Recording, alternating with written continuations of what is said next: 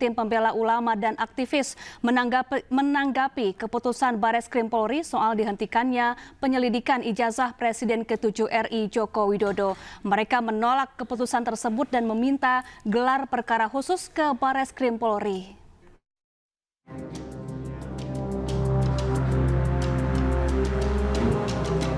Tim Pembela Ulama dan Aktivis atau TPUA menolak keputusan Bareskrim yang menghentikan penyelidikan kasus ijazah Presiden ke-7 RI Joko Widodo. Menurut tim hukum TPUA, penyelidikan tersebut dilaksanakan secara tidak transparan, sepihak, tanpa melibatkan peran serta masyarakat. Terlebih pengumuman tersebut tidak sesuai prosedur penanganan perkara pidana dengan pendekatan Scientific Crime Investigation atau SCI.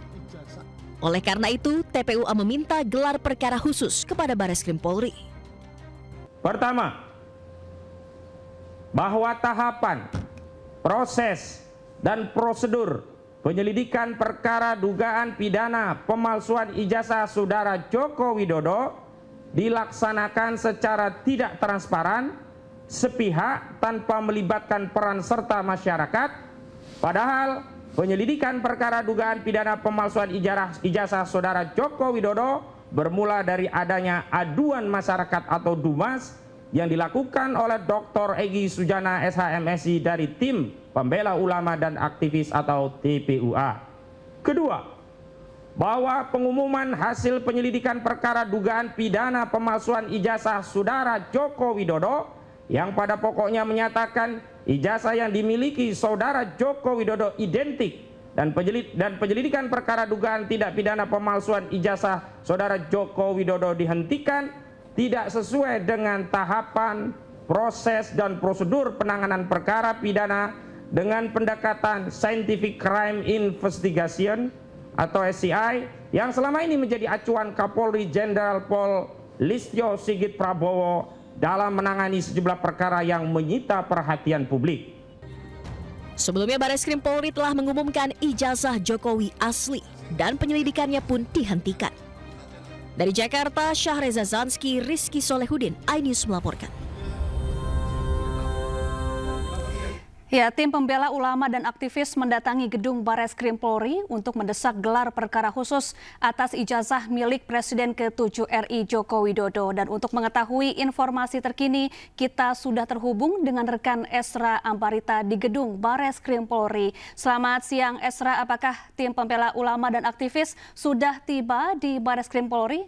Selamat siang Syafa dan juga pemirsa, berdasarkan pemantauan kami hingga saat ini dari TPUA ataupun tim pembela ulama dan aktivis belum juga tiba di Bareskrim Polri. Meskipun sempat tadi kami tanyakan melalui pesan WhatsApp, ini siogianya tiba pada pukul 9.30. Namun sampai sekarang dari rombongan TPUA ini belum sampai di Bareskrim Polri. Adapun agenda dan informasi yang kami terima, rencananya dari rombongan ini akan melakukan ataupun mendesak dari Bareskrim Polri untuk menggelar perkara khusus atas keputusan dari tim penyidik ataupun Bareskrim Polri yang menyatakan penghentian atas dugaan ijazah palsu milik Presiden RI ke-7 yakni Jokowi, yang mana dalam beberapa pernyataan yang disampaikan bahwa dari TPUA ini menolak penghentian tersebut dan menyatakan alasannya adalah berkenaan dengan tidak dilakukannya penyelidikan secara transparan. Kemudian juga disampaikan ini tidak melibatkan dari para terlapor menyalahi wewenang, dan juga ini tidak melibatkan tim independen, dan mempertanyakan mengapa hingga sampai sekarang tidak dipublikasi ijazah asli dari milik Presiden RI ke-7 Jokowi. Dan tentunya kita akan nantikan seperti apa nanti keterangan dari pihak TPUA, mengingat disampaikan juga bahwa dari hari ini juga berbarengan dilakukan pemeriksaan kepada Resmon Sianipar yang aktif mengkritik daripada ijazah palsu milik Presiden Jokowi, dugaan maksud kami.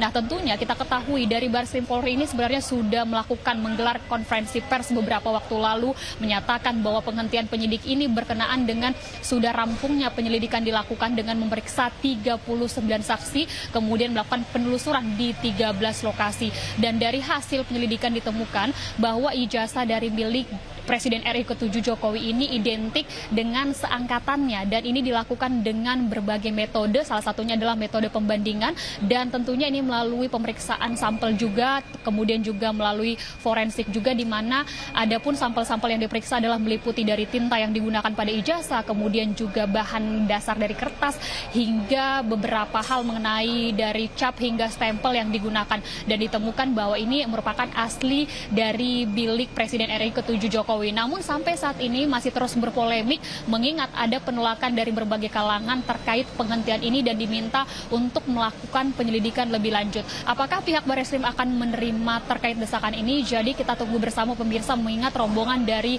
tim pembela ulama dan aktivis belum juga tiba di Bareskrim Polri. Namun tetap dikonfirmasi hari ini akan dilakukan atau akan tetap meminta mendesak pihak Polri untuk melakukan gelar perkara khusus. Syafa.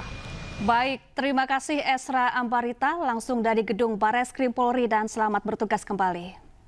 Sementara itu pemirsa, pakar hukum tata negara Refli Harun menyebut salah satu syarat keaslian ijazah menurut penelitian harus memiliki kecocokan dari 3 contoh asli ijazah lainnya. Ada seorang narasumber saya bilangnya misteri guest lah.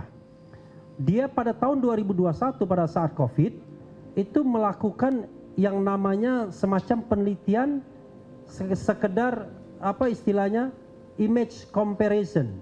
Dia orang percetakan, dia membandingkan antara 3 ijazah. Ijazah 1115, ijazah 1117, dan ijazah 1120. Ijazah 1120 itu kita tahu diklaim punya Jokowi, dan akhirnya Bareskrim mengatakan itulah 1120. Dia mengatakan hasilnya adalah 1115 dan 1117 itu identik. 11, saya ulangi ya, 1115 dan 1117 itu identik. Tetapi 1115 tidak identik dengan 1120. 1117 tidak identik dengan 1120.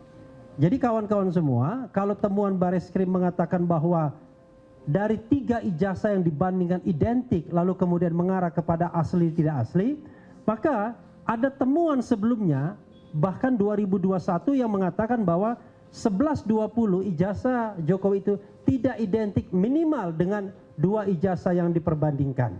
Pertanyaannya adalah, kalau misalnya sebuah ijazah itu dikeluarkan pada saat yang bersamaan, sama-sama tertanggal 5 November ya 1985, maka secara teoritis harus identik semua. Tidak boleh ada yang berbeda. Jadi kalau ada yang berbeda, tentu ini menjadi sebuah pertanyaan. Nah, itu saja yang ingin saya sampaikan.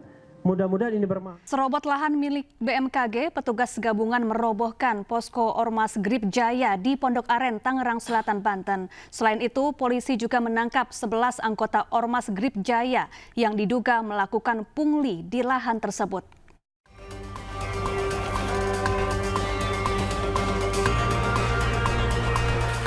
Dengan menggunakan alat berat, petugas gabungan akhirnya merobohkan posko Ormas Grip Jaya di Jalan Pondok Betung, Pondok Aren, Tangerang Selatan, Banten. Pembongkaran ini merupakan buntut dari penyerobotan lahan milik Badan Meteorologi, Klimatologi, dan Geofisika atau BMKG oleh pihak yang mengaku sebagai ahli waris lahan beserta Ormas Grip Jaya. Dalam pembongkaran ini, polisi juga menangkap 11 anggota Grip Jaya yang diduga mematok pungutan liar di lahan tersebut dan 6 orang yang mengaku sebagai ahli waris lahan.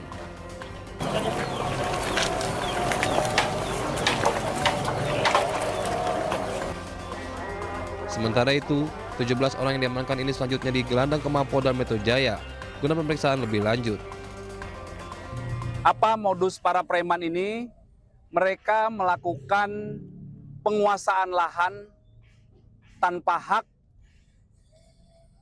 milik BMKG. Kemudian memberikan izin kepada beberapa pihak, beberapa pengusaha lokal, ya tadi ada pengusaha pecel lele, kemudian pengusaha pedagang hewan kurban, itu dipungut secara liar. Pengusaha pecel lele dipungut 3,5 juta per bulan. Kemudian dari pengusaha pedagang hewan kurban itu telah dipungut 22 juta rupiah. Sebelumnya, penyerobotan lahan seluas 127.780 meter persegi milik BMKG Tangerang Selatan dilakukan oleh Ormas Grip Jaya. Aksi penyerobotan lahan ini terjadi setelah ada klaim sepihak dari seseorang yang merupakan ahli waris. Tim Liputan iNews melaporkan. Ketua DPR RI Puan Maharani meminta pemerintah membubarkan organisasi masyarakat yang dinilai meresahkan warga. Ia pun meminta pemerintah mengevaluasi ormas-ormas yang berbau premanisme. Terkait ormas, kami minta pemerintah menindak tegas ormas-ormas yang mengganggu ketertiban, ya, apalagi kemudian meresahkan masyarakat, dan mengevaluasi keterlibatan ormas-ormas yang kemudian berbau premanisme. Ya, kalau memang kemudian itu berbau premanisme, yang segera bubarkan. Jangan sampai kemudian negara kalah dengan aksi-aksi premanisme.